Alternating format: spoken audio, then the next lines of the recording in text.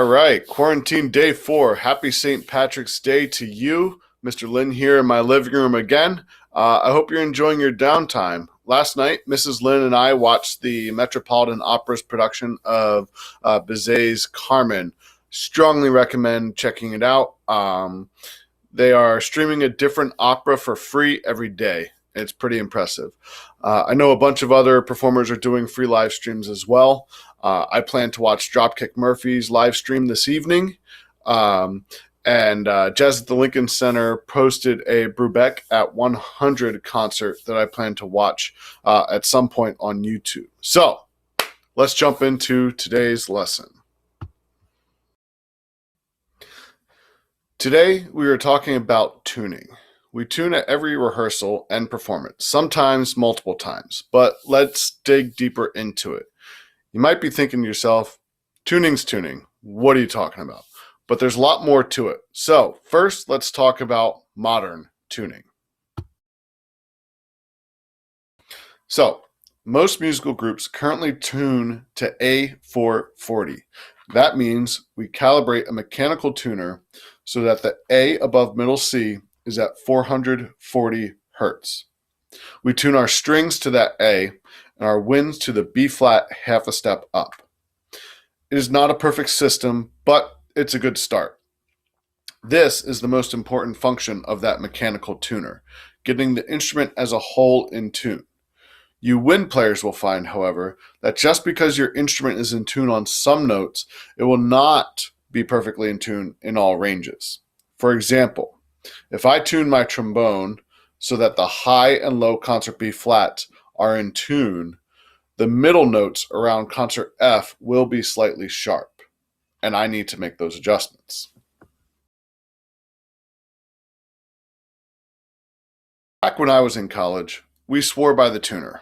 I spent hours practicing with my tuner, trying to keep that little light right in the middle for every note.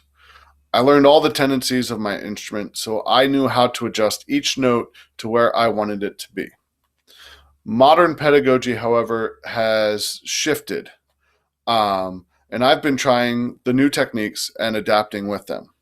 You see, the issue with the mechanical tuner is that it does not allow for adjusting to the tendencies of the note within the chord. Did that make sense? No? Okay, so here's an example. If we're playing a B flat major triad, so B flat, D, and F, the third, D, should be tuned slightly up to make it sound right. If we're playing a B flat minor triad, that third should be tuned slightly down. Singers will do this naturally because they are doing their tuning 100% by ear. We instrumentalists should be trusting our ear more. So, the modern technique is to play with a drone and listen and adjust. There are a few ways to do this, but this is what I use. If you go to dronetonetool.com, you will find what we're looking at right now. All you need to do is simply click the note, the key of the note that you want, and it turns on a scale. So if I want a B flat drone, I go here.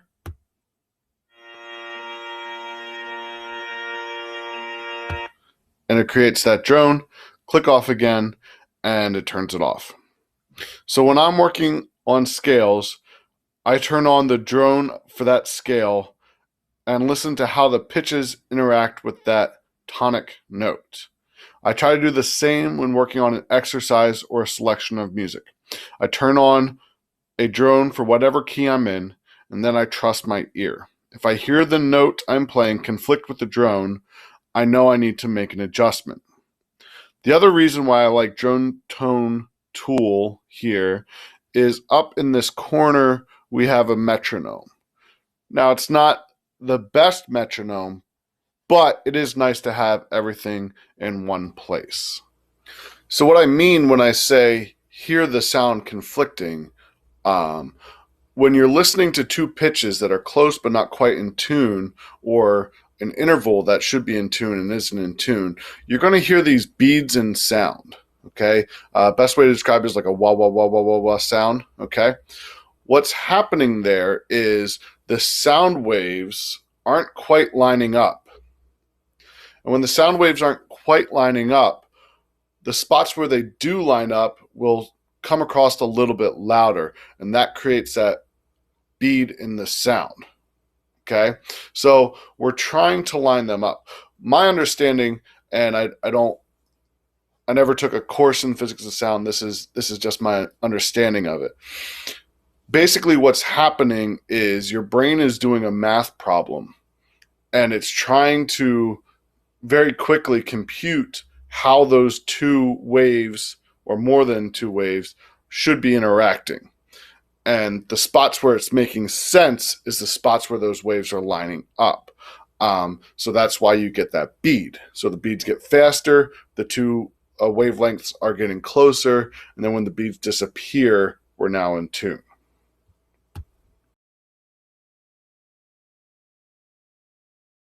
It can be very easy to think that the way we tune instruments today is the way that it has always been done. This is unfortunately not true.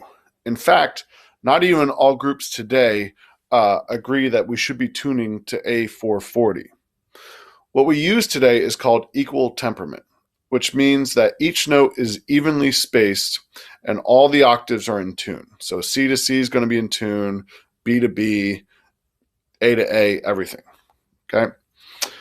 From the 15th century through the 18th century, the tuning system they used was called the mean tone tuning. This meant that the major thirds and the perfect fifths were in tuned to be as true as possible. This tuning is one of the big reasons for music being written in different keys, because as you tune this way, it's going to drastically change the intervals that you're going to hear in the different keys. Before mean tone tuning, there was a tuning called Pythagorean tuning, which we have record of being used all the way back until the 4th century.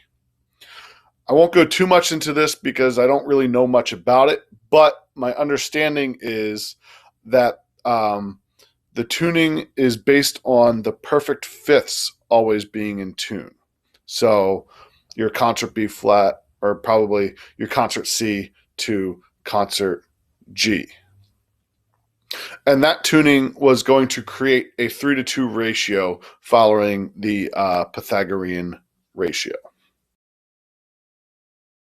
There are groups that try to perform in historically accurate tuning systems. I have found a few recordings of Mozart pieces where they use both the modern tuning and then the historical tuning. And it's pretty interesting hearing the difference between the two. You should check it out. So that's it for today. Keep in mind your tuning when you're practicing, which I hope you're doing every day. Make sure you're listening. Pull up a drone. It's going to feel a little bit different practicing with a drone, but give it a shot. Hope it's working for you. Hope you're enjoying your time off, and have a good day. See you tomorrow.